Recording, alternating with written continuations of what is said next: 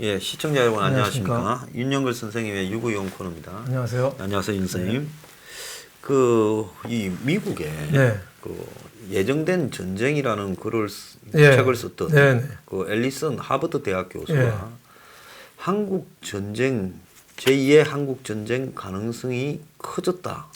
참 끔찍한 얘기죠. 꽤 가능성이 있다고 일본 도쿄에서 이야기를 했습니다. 이 예정된 전쟁이라는 이 책이 아마 투키디데스의 함정이라고 해서 제2 2인자 즉 중국이 추격을 하게 되면 미국과 반드시 트러블이 생길 수밖에 없다. 그걸 쓴 그 책이죠. 예, 저도 이 책을 좀 반쯤 읽은 것 같은데 그래서 지금 이 북한이 ICBM 발사나 핵실험을 지금 다시 재개하려는 움직임을 보이니까 미국이 정찰기를 띄우고 지금 야단이 났지 않습니까? 안보리가 열리고요. 그러면서 북한이 2017년으로 복귀를 하면 이제 트럼프는 좀 쪽팔리게 됐지 않습니까? 2년간의 비핵화 쇼를. 그럼 저런 사람은 쪽팔림을 다른 방식으로 180도 다른 이 기대치 못한 행동으로 또 대응을 하니까 그래서 트럼프가 미사일 발사대를 파괴하라든지 군사 명령을 내릴 가능성이 있다. 지금 이 이야기를 하면서 대부분의 사람들이 생각하는 것보다 이런 급작스러운 충돌 가능성이 훨씬 커졌다. 그래서 거기 이제 이 양반이 그런 이야기를 한 겁니다.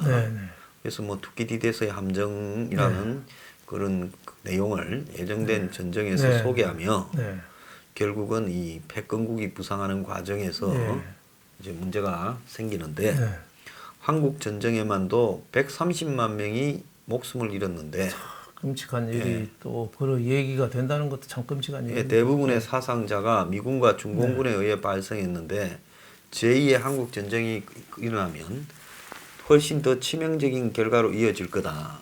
그래서 저도 뭐 한국에 지금 안보가 매우 위태롭다는데 우리가 요즘 뭐 이런저런 정신없는 일로 정작 한국 사람들은 아무도 이 걱정을 안 해요. 이 와중에도요.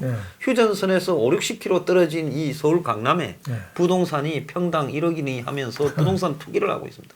저는 우리 사회 지도층이 다 미쳐가고 있다고 보고 있어요. 그러니까 태풍 안에 가운데서는 태풍을 못 느끼는 거랑 똑같죠. 지금 뭐 미국에서 지금 저 캘리포니아 있는 데선가요? 그 우리나라 쪽으로 그 비행기 못 다니게 다 그 경보해놨잖아요. 언제든지 그 미사일 쏠 수 있는 준비를 미국에서도 지금 같이 쏜다는 준비를 하고 있잖아요. 그러니까 트럼프도 지금 탄핵에 이어서 자기 국면 타개로 해서 어떻게 보면 공세적으로 좀 나올 가능성도 또 있고 또 북한도 연말까지 판 변화 아니면 참지 않겠다고 했잖아요. 지금 그 이야기를 하고 있죠. 김정은이라는 사람은 세계 최고의 최저질 독재자잖아요.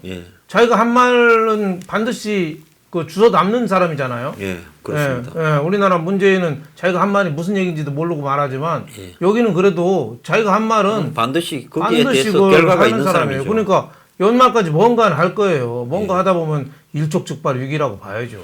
그게 뭐 단순한 뭐 조그만한 그 뭐 이벤트 보여주기식 이 정도면야 넘어갈 수 있겠지만 지금 그 정도 하려고 지금 백두산에 뭐 백말 타고 올라가고 온갖 쇼를 다 하잖아요. 뭔가 좀 큰 게 이루어진다고 보면은 우리 안보는 어떻게 보면 풍전등화라고 봐야죠. 그래서 북한이 지금 미국을 향해서 도끼로 재발 찍었다 하고 유엔 주재 미국 대사는 북한 도발 가능성을 언급하며 기회의 문을 닫지 마라 경고하며 지금 말싸움이 막 진행이 되고 있어요. 자, 이렇게 돌아가는 모양새가 이게 머지않아서 이게 조금은 뭔가 일이 좀 생길 거 아닌가, 뭔 일이 생기든 그런 어떤 그 추정을 아주 이렇게 강하게 불러일으키고 있습니다. 자, 그런데 왜 한국 사람들은 언젠가부터는 북한 변수에 대해서는 그냥 그래도 저건 뭐 아무것도 일어나지 않아. 제가 깜짝 놀란 게 연평도에서 폭격이 있고 난 다음 날 이 한국의 주식이 오르고 환율이 올라가더라고요. 그렇죠. 오히려 겁먹고 좀 떨어졌을 때 열심히 사자고. 그게 우리나라 심정이죠. 어떻게 보면은 좀 외국에서 우리 교포들이 놀래잖아요.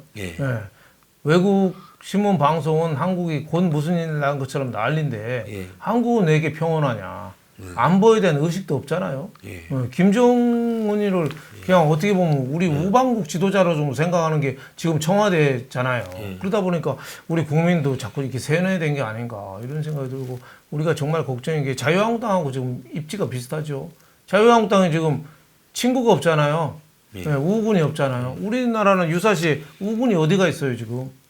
그 문재인이가 그 일본을 비난할 때 그런 얘기 하잖아요. 우리 한국이 방파제 역할을 하는데 일본이 거기에 대한 고마운 것도 모른다고 그랬잖아요. 근데 따지고 보면은 일본 기준으로 보면은 일본은 사실 한국의 군수기지 역할을 한 거예요. 그렇죠. 한국이 유사시에는 일본의 군수기지예요. 그 주일미군이 한국으로 와서 그 모든 그 뭐 군함부터 다 거기서 공급이 되잖아요. 그러니까 지금 일본도 그 군수기지로서 우리랑 지금 어떻게 보면 굉장히 적대관계 아니에요? 언제 일본하고도 터져도 하나도 이상하지 않을 정도인데, 그러니까 미국, 일본 다 어떻게 보면은 그 관계가 안 좋고 중국, 러시아 안 좋고 북한하고는 거의 뭐 삶은 소대가리락 소리 얘기 정도니까 우리는 이 위기에 고립된 형국에서 이 위기를 맞고 있다. 그래서 굉장히 어떻게 보면은 참 불안하고 이 전쟁 직전이라고 봐도 좀 과언이 아니지 않느냐 이런 생각이 듭니다. 그리고 이제 하나 좀 이해가 가지 않는 거는 미북 협상이 이제 돌파 가능성이 거의 없다고 미국의 전문가들도 지금 이야기를 하고 있거든요. 자, 그러면 객관적으로 북한이 미국하고의 현재 후닥닥하는 어떤 이 충돌이 없이는 현 상황에서는 협상에 돌입하기가 어려워서 그렇죠.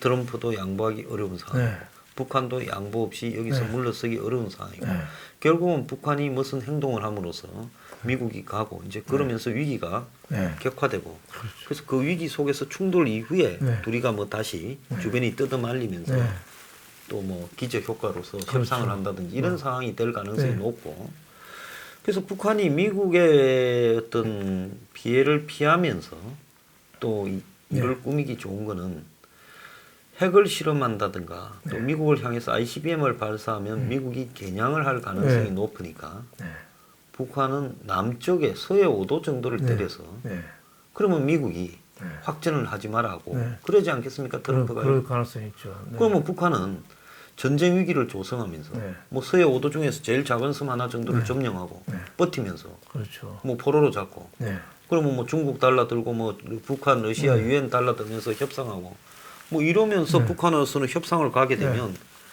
굉장히 유리한 위치에 갈 수도 있거든요. 그렇죠. 그래서 느닷없이 우리가 깨질 가능성이 매우 높은데요. 제일 만만하죠. 또 한미 간에 미국하고 한국하고 지금 사이가 굉장히 껄끄러운 상황에서 미국이 어느 정도까지 한국에 하는가를 북한이 한번 테스트해 볼 수도 있지 않겠습니까? 그렇죠. 그저께 뭐 한미 동맹 무슨 행사가 있었는데 그 자리가 그렇게 썰렁했다잖아요. 그렇소 말입니다. 작년만 해도 성황이었었는데 지금 뭐 우리 주한 미 대사 해리슨 대사 뭐 참수 대회까지 오늘 오후에 한다는 거 아니에요? 연다는 거 아니에요? 참 그럴 정도의 지금 나라가 되는데 정말 걱정이 아닐 수가 없고 또 김정은으로 봐서 그런 생각을 한번 할 만한 게 문재인이라는 사람이 남한 영토의 일부 침범당해서 과감하게 행동할 수 있을까요? 안 하죠. 공격하거나 대응하라고 못할 거다. 한국 군도 못할 거다. 그러니까 김이 그걸 알고 테스트하고. 지금 전방은 거의 무장 해제 손 놓은 거 아니에요 지금? 그러다가 과거에 연평대 때도 보면 이명박이가 간이 작아가 그렇죠. 그때 F-16으로 폭격을 해버렸어야 되는데 못했잖아요. 못했죠. 미국이 말린 게 어떠니 하지만 그건 대통령이 할 문제지. 그때 바로 하버리고 나중에 뭐 미국이 말리든지 했어야 되는데 이명박 군대를 안 갔다 왔잖아요. 그러니까 용기를 못 낸 거죠. 근데 문재인이라는 사람은 저 성향이 친북 성향이 많은데 그거 이제 당하면은 그 다음날 대화하자고 하지 않을까요? 또? 대화하자고 말로 해결하자고. 그러니까 저 트럼프하고 김정은하고 문재인 세 명이 여태까지 사기쳐가면서 여태까지 온 거예요. 예. 한 2년간 안 되는 비핵화를 비핵화 의지 없다는 건 다 세상이 다 세상이 다 아는데 문재인은 비핵화 의지 있다고 들었다고 그랬어요. 정의용이라는 사람도 그렇게 얘기했어요. 예. 예. 또 김정은은 비핵화를 말로는 얘기 안 해도 할 것처럼 또 진정성을 또 보이는 식으로 행동을 했어요. 예. 뭐 핵 뭐 폐기 뭐 좀 쇼도 좀 보이고 예, 분결이 예, 뭐 그런 식으로 좀 보였고 근데 속마음은 안 했죠. 근데 트럼프도 김정은의 그 마음을 몰랐겠어요? 다 알았는데 여태까지 국민을 속이면서 끌고 온 거죠. 근데 그게 진실의 문이 이제 연말에 이게 나타나는 거죠. 그러면 셋 중에서 제일 힘이 없는 데가 어디죠?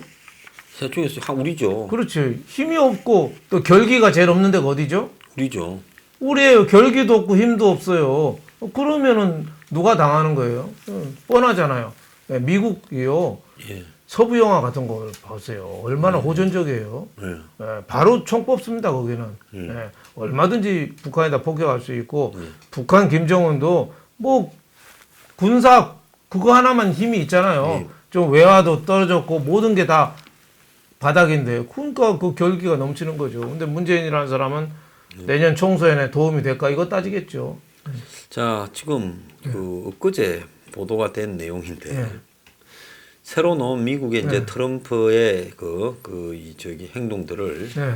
이 장군들하고 안보 네. 문제에서 주로 있었던 네. 일들을 비판하는 트럼프와 장군들 네. 혼돈의 비용이라는 신간이 나왔어요. 네. CNN의 안보 해설가 피트 비건이라는 사람이 발간했는데 네. 여기에 따르면 이 사성 장군 출신 제킨 전 합참의장이 1월 달에 폭스 뉴스와 인터뷰에서 예. 한국에 파병된 미군들이 그러니까 2018년 1월에 예. 예. 작년 기억이 좀 나죠. 네. 가족 데리고 가면 안 된다. 그렇죠. 그때 소개령 비슷한 게 예. 많이 나왔죠. 한 걸 갖다가 트럼프가 지켜본 뒤에 네. 국가안보팀에 한국에 있는 미국 민간인들 대피시켜라. 네. 뭐 그렇게 말을 했다는 거예요. 그러면서 미국은 전쟁할 준비가 돼 있고 한국 정시가 폭락할 수 있다는 신호를 줄 수 있다. 네. 이런 위기. 네. 그래서 그렇게 하면 안 된다고 옆에서 조언을 했다는 거예요. 한국 정시 폭락까지. 네. 그런데 트럼프가 고도히 그냥 해. 이렇게 말까지 했다는 겁니다. 그런데 밑에서 뻗대기가 그게 좀 안 됐는데. 그래도 미국은 관료의 힘이 있어요. 예. 트럼프가 아무리 그 돈키호테처럼 해도 관료들이 이 정의가 아니다 하면 안 움직입니다. 자, 그런데 요즘 부동산 좋아하는 사람한테 이거 이야기지만 임기 초반이 2017년 4월에는 이 국가안보 관련 이 최고위급들이 백악관에서 회의를 하다가 위성 사진을 통해 한국의 서울이 군사 분계선에서 가깝다는 걸 트럼프가 보고 서울 시민들은 모두 이사시키라 이렇게 말을 했다는 거예요. 자, 지금 한국의 미국 대통령이 가지고 있는 입지라는 거는 한국을 죽이고 살리고 할 수 있지 않습니까? 그렇죠. 솔직히 말하면. 네, 솔직히 뭐 얼마든지 가능하죠. 자, 그런데 지금 한다는 이야기가 한국에 있는 미국 민간인 다 빼. 서울 시민들 이사시켜. 자, 제가 지금 우리나라 국민들의 안보 불감증에 이 한국의 서울이라는 데서 부동산 투기의 열풍이 생길 수 있는 합리적인 이유가 있는 곳이가. 자, 전쟁이 나서 만약에 강남으로 방사포가 떨어지면 그 순간에 부동산 가격이라는 게 의미가 있겠습니까? 한 방이면 뭐 모든 게 끝난다고 봐야죠. 한 그러니까 방이면. 끝나지 않겠습니까? 그리고 한번 그런 일을 겪고 나면 수습이 됐다 하더라도 그 다음부터 그 가격이 무의미해지지 않겠습니까? 그렇죠. 뭐 불안 심리가 있기 때문에. 강남에 초호화 빌딩이 무슨 의미가 있겠어요? 그렇죠. 대지 지분이 많은 것도 아니고. 예. 그렇기 때문에 이런 상황에서 부동산 폭등이 일어나면서 안보에는 이렇게 무관심할 수 있다. 아니 상식적으로 지 재산을 지키려면 안보에라도 관심이 있어야 되는데 우리나라는 이 어떻게 된 종자길래 이 모양일까요? 그래서 뭐 지도자가 그만큼 국민들을 오랫동안 세뇌를 시켰다고 봐야죠. 예, 지금 뭐 문재인 정권 온 지 이제 벌써 2년 뭐 벌써 몇 달입니까? 2년 7개월 뭐 이렇게 됐는데 뭐 9.19 합의니 뭐 평화가 왔다고 북한 저 능라도 뭐 경기장인가요? 그 예. 북한 인민들 동원된 인민들한테 연설하고 하면서 국민들한테 평화에 대한 환상을 심어준 거죠. 예. 그리고 국민들은 속절없이 거기에 끌려갔고. 예. 아니 저는 예 없이 자살하거나 깜빵 가는 대통령을 지켜보고도 아직도 그런 말을 합니다. 참 안타깝게 짝이 없습니다. 예. 대통령이라는 사람 말이 얼마나 허망한 건가를 지금 건세 대통령들의 이 행보를 보면서 지금은 국민들이 알아야 되는데 설마 그 정도일까? 아직까지도 반신반의하는 것 같아요.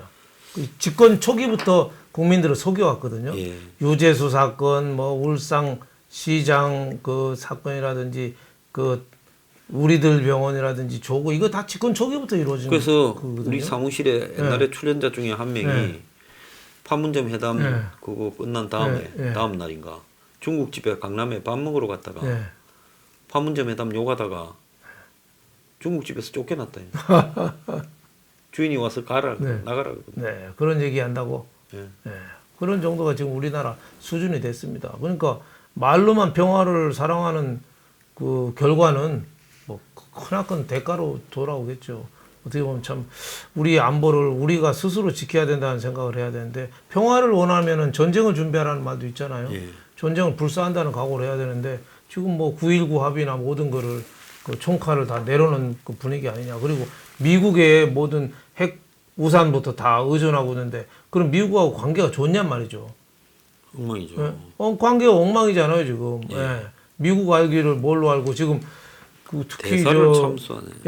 그 주둔 비용 예. 50억 불 요구하는 거 이 문제 갖고 지금 반미 감정이 자꾸 커지고 있잖아요. 예. 예, 그걸 이게 유도하고 있죠. 예, 친북들이. 친북도 유도하고 있는데 이 반미 감정이 자꾸 옛날 효순 미선양 때도 얼마나 미국에서 분노했어요. 그래서 일개 여단인가 왜 그때 철수도 했었죠. 예, 그래서 예. 그 당시에 보면 성조기를 불태웠죠. 예, 예. 그래서 그 그렇죠. 성조기 불타는 걸 보고 미국의 전직 장성이 TV에 나와서 CNN에 네. 한국에서 미군 빼야 된다 이야기까지 하고 그렇죠. 미군이 인계철선 역할을 할 그렇죠. 필요가 없다. 왜 총알바지가 돼야 예. 되냐 이거죠. 그래서 자, 교통사고를 가지고 그렇게 쇼를 하고 지랄을 했습니다. 그런 나라 없죠. 그것도 세월호도 그렇고서 효순 미선도 없고 사실은 교통사고죠. 물론 어린 학생이 그런 일 당해서 가슴 아프고 그런 일이 없어야 돼. 이 슬픔의 강도가 심하다고 해서 본질은 교통사고 그게 정치로 간 거예요. 정치로. 예. 그 정치로 가버렸어요. 그 가장 뭐냐 저는 주한 미 대사관이 저 일부 저 좌빨들이 그 침범했잖아요. 예. 이런 것도 사실 대통령이 다 가야 돼요. 주한 미군 대사관을 한번 가든지 대사관한테 미안하다는 표시를 좀 해야 됩니다. 자, 그때 월담했던 학생들이나 그 이번에 오늘 하리스 참수 대회한다는 다 한 패거리예요. 네. 자, 근데 우리가 지금 이렇게 안보가 불안한데, 근데 부동산이 폭등하고, 지금 오늘 아침에 신문에 보면 정부가 폐업하는데 지원도 해주는 거 나도 처음 알았습니다. 하도 폐업이 많으니까요. 그래서 폐업 지원금이 네. 300 몇십억이 있었는데 그 돈이 떨어져 버렸대요. 그러니까 망했는데 네. 지가 하던 그 이제 사업을 네. 이제 옛날에는 보면 폐업하면 네. 뭐 갖고 가라 하면 네. 내가 깨끗하게 정리하고 물건 갖고 가고 끝낸다는데 이제는 그것도 안 해주는 모양이에요. 이제 밀려가 네. 안 한다. 그러니까 집주인한테는 깨끗하게 철거를 해줘야 되니. 네. 그러니까 이제 폐업 지원금을 정부에서 받아가 철거를 비용을 쓰는 모양이에요. 뭐 513조 예산 이제 편성하고 다 그런 데 쓰려고 하는 거죠. 거기에 보면 뭐 낚시터에 네. 낚시터 비용도 있다며요. 지금 이래저래 정부 돈을 받는 사람이 우리 국민 중 1,200만이 받는답니다. 예. 그리고 부동산은 저는 지금 문재인 정권이 일부러 저 서울 부동산 특히 강남을 자꾸 끌어올려 가지고 국민들을 자꾸 분열을 부채질해서 부자들에 대한 공격, 가진 자와 못 가진 자, 서울과 지방 이게 나눠서 디바이드 룰 있잖아요. 나눠서 통치하려는 그런 전략으로 봐요. 부동산에 관해서 제가 신문사에서 증권부장도 하고 부동산 부장도 해봤습니다만은 시세를 정확히 아는 류는 제가 보니까 세 가지 부류가 알더라고요. 하나는 하느님 시세를 알아요. 예? 그리고 또 하나 아는 쪽은 하느님을 빙자하는 사람들, 오만 불손하고 하느님을 빙자 전지전능하다고 믿는 오만 불순한 사람들이 알고 세 번째 시장을 하는 사람 사기꾼이 알거든요. 네. 예, 사기꾼이 맨날 오른다 내린다 해요. 예. 근데 지금 정권은 시장을 잡으려면 수요 공급에서 공급을 늘리고 수요는 줄여야 되는데 지금 세금을 때려가지고 수요만 자꾸 잡으려고 그러지 공급은 하나도 안 하고 있어요.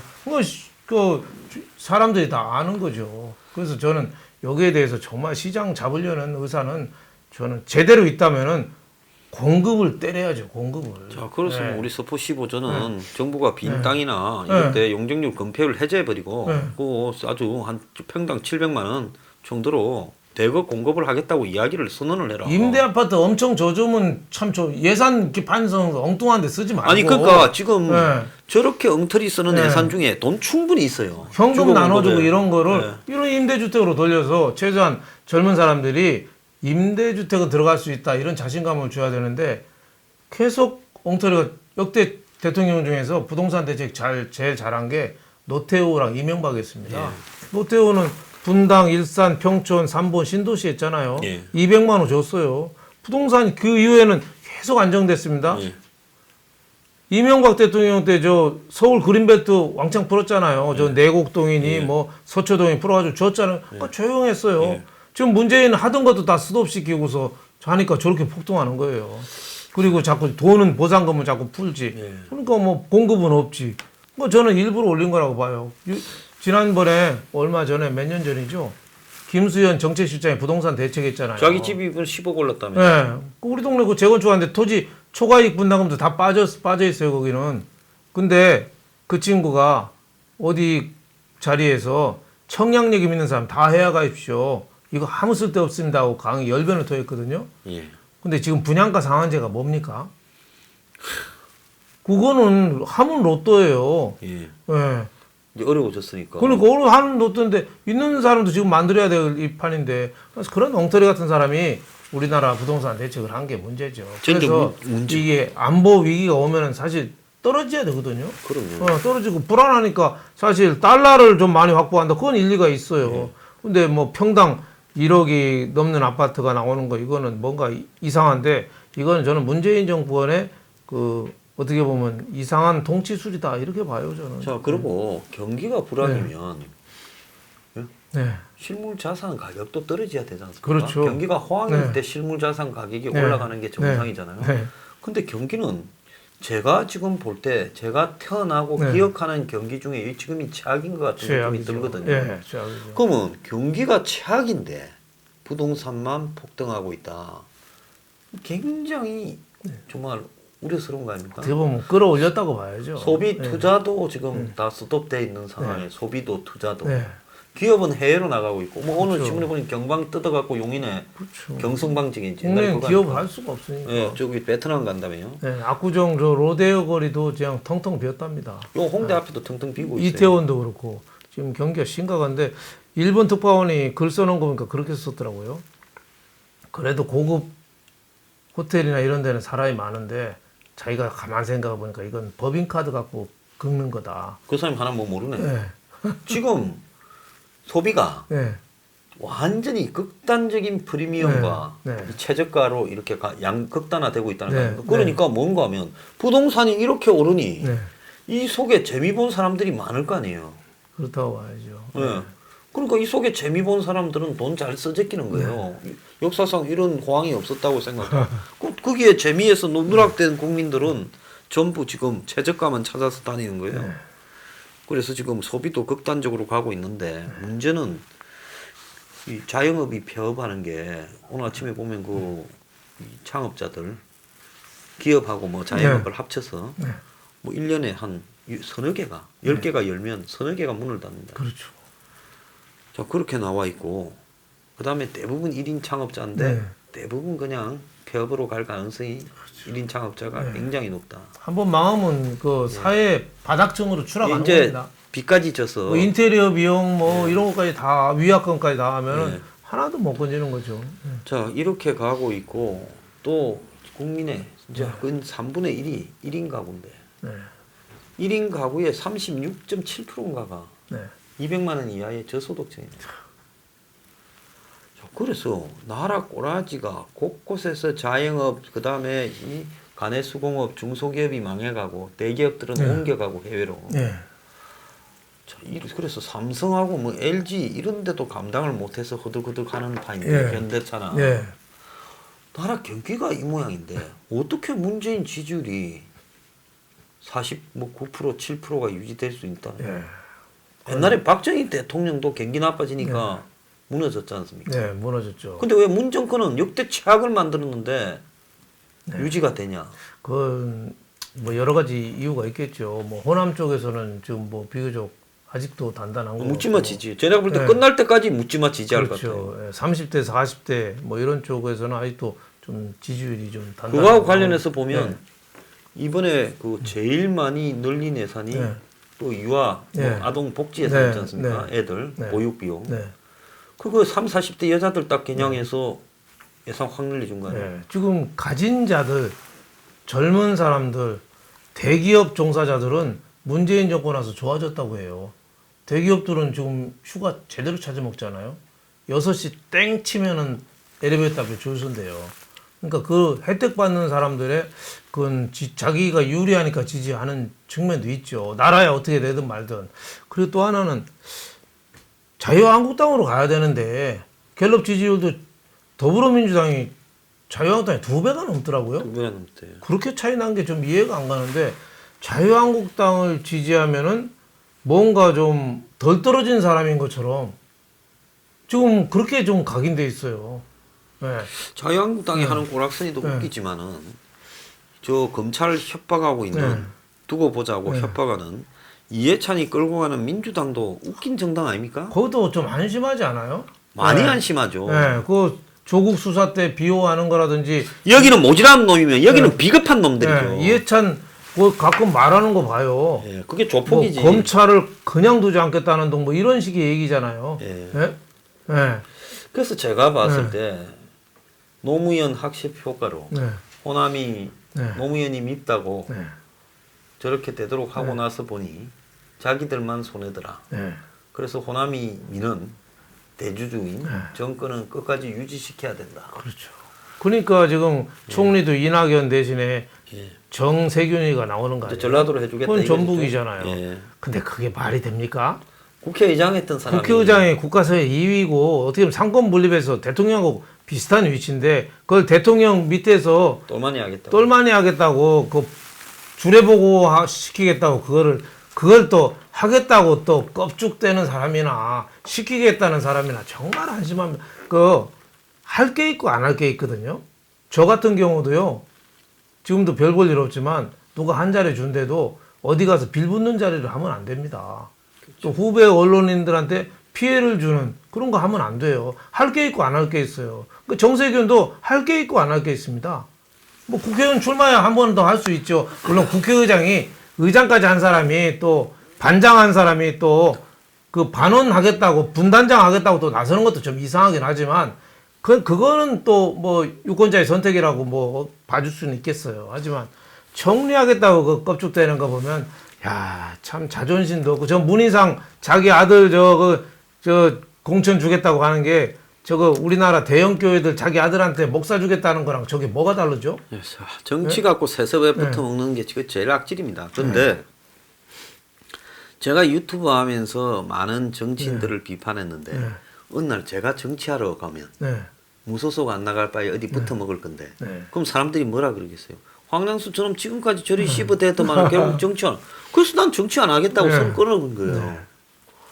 그런데 그러니까 우리 같이 이렇게 여기 나와서 뭐 아무것도 아닌 걸 하고 있는 이런 사람도 그야말로 이 붙어 먹는 부분에 대해서 신경을 쓰고 사는데 지금 어떻게 한국 사회에 이렇게 썩어 문드러졌는데 이걸 바라보면서 분노하지 않는 대중들이 이렇게 많다라는 사실이 어떨 때는 가끔씩 제가 절망감을 좀 느껴요. 진짜 그건 어떻게 보면 뇌가 없는 거 아니냐 뭐 이런 생각이 들 지금 저 민주당의 모습 아니 그런 수준이 돼버렸어요. 한국당이 비판받는 거나 뭐 20% 받는 거는 제가 이해를 합니다. 그러면 마찬가지로 민주당도 한 25% 23% 돼야지요. 그렇죠. 왜? 이놈들도 썩었기는 마찬가지니까. 더 하죠 뭐. 더 하죠. 그러면 왜 여기에 40%를 지지한다는 거냐? 이렇게 지지하는 국민은 뭐냐? 그러면 결국은 보면 거품이 한 뭐 크게는 10% 정도 섞였다고 봐도 문재인이나 민주당이 제가 생각할 때 30% 초중반은 될 거라고 보고요. 그렇죠. 그거는 왜 그러냐? 전라도 지지가 묻지마로 갈수록 그렇죠. 더 강해지고 있어요. 그다음에 민노총부터 그다음에 또 이 정권에서 공무원을 지금 잘 미겨 살리지 그렇죠. 않습니까? 공무원들. 자, 공무원들. 대기업 직원들. 그리고 그거 비정규직에서 뭐 이 정규직 된 사람들, 공기업 이런 사람들이 지지하고 그리고 정교전이 또 513조 예산 중에서 나랐던 돈 받아먹는 사람들. 1200만이래요. 네, 그리고 또 1200만. 보육 비용을 집중적으로 지원받는 30, 40대 여자들. 자, 여성이라고 안 하고 여자들이라고 이야기합니다. 이 사람들이 다 보니까 이 정권을 지지하니 이거 다 걸고 모으면 그 중에서 일부는 빠지더라도 그렇죠. 제가 봤을 때 국민들 이 중에 유권자가 한 3,500, 7, 800만 되면 거기에 그 30%만 한다 하더라도 1,000만 명, 2,300만만 되면 30%, 그렇죠. 35% 돼요. 그렇죠. 그러니까 1,200~300만 명이 된다는 거죠. 민노총 조직원만 해도 100만 명이 넘고 그 가족이 더하고 하면 어떻게 됩니까? 그러니까 이게 그리 되는 거예요. 한국의 호남 출신부터 출향 인사까지. 그렇죠. 보수는 이제 저 TK 지역에만 이제 거기에만 자꾸 작은 성에 자꾸 좀 갇히고 있어요 지금. 그래서 철저하게 이 정권이 의식하든 의식하지 않든 나라 운영을 거의 샤베스나 또 옛날에 그리스가 네포티즘 영구주의의 원조 국가입니까? 그렇죠. 네포티즘. 거기에 뭐 사회당이니 기독당이니가 교대로 집권하면서 중도 좌우파가 할 때마다 공무원을 늘리고 이권을 다 떼줬다는 거 아니에요. 자기들 정치 패거리에. 그래가 그리스가 뭐 그냥 나라 별 제조업도 없는 나라에서 다 나눠 먹어가 끝나버린 거 아닙니까? 네, 공무원만 많았죠. 공무원만 뭐 지금 한국 국민 공무원 숫자 정도 된 거예요. 지금 그리스가 인구가 5분의 1, 우리보다 5분의 1인데. 기업을 안 하고 다 공무원 하고 지금 우리 꼴이 그렇잖아요. 그래서 이러다 보니까 무는 세상이 뭐래도 한 30%, 35% 사이에 자기 지지층을 굳히고 있고 나머지 사람들은 중심을 못 잡고 야당은 그냥 이 중심이 되지 못하고 이러면서 지금 이렇게 경제난이 심해지는데 그러면 국민들이 다 들고 일어나서 문을 갖다가 비판하고 공격을 하고 부동산 폭등에 못 살겠다고 공격을 해야 되는데 지금 그런 게 없어졌어요. 경제난이 심할수록 세금 더 걷어가지고 또 나눠주면 또 좋아하니까요. 베네수엘라도 그 돈 받는 사람 지지 시위를 한다잖아요. 차베스에 반대 시위하는 사람 앞에서 그걸 또 비난한 시위를 또 한대요. 거기에 가서 또 저기 뭡니까 시위에 나갔다고 한국에 도장도 보면 찍어주고. 이 쿠폰 들고 다니면서 도장을 받아야 또 가서 돈 받을 수 있다잖아요. 그러니까 조국 때문에 분노한 사람이 광화문에 모였는데 그걸 항의한다고 서초동에 모인 거랑 똑같아요. 참. 문재인이라는 사람이 국가 경영은 참 엉터리를 하는데 그 자기 편을 모으고 이 독재나 이쪽으로 가는 쪽으로는 굉장히 어떻게 보면 머리가 탁월하다고 봐야죠. 그러니까 이 정치 공학의 나쁜 측면을 전부 한국 사회에서 실험을 통해서 관철시키고 있다 이래 봐야 될 것 같습니다. 그렇게 봐야 될 것 같습니다. 자, 나라 꼬라지가 마지막으로 이제 이래 가면 최종적인 귀착지가 어떻게 되겠습니까? 뭐 아주 못 사는 저 남미 쪽으로 가지고 왔지 않겠어요? 그리고 그 계속 좌파들이 돌아가면서 이렇게 집권하는 뭐 이런 쪽으로 가지 않겠습니까?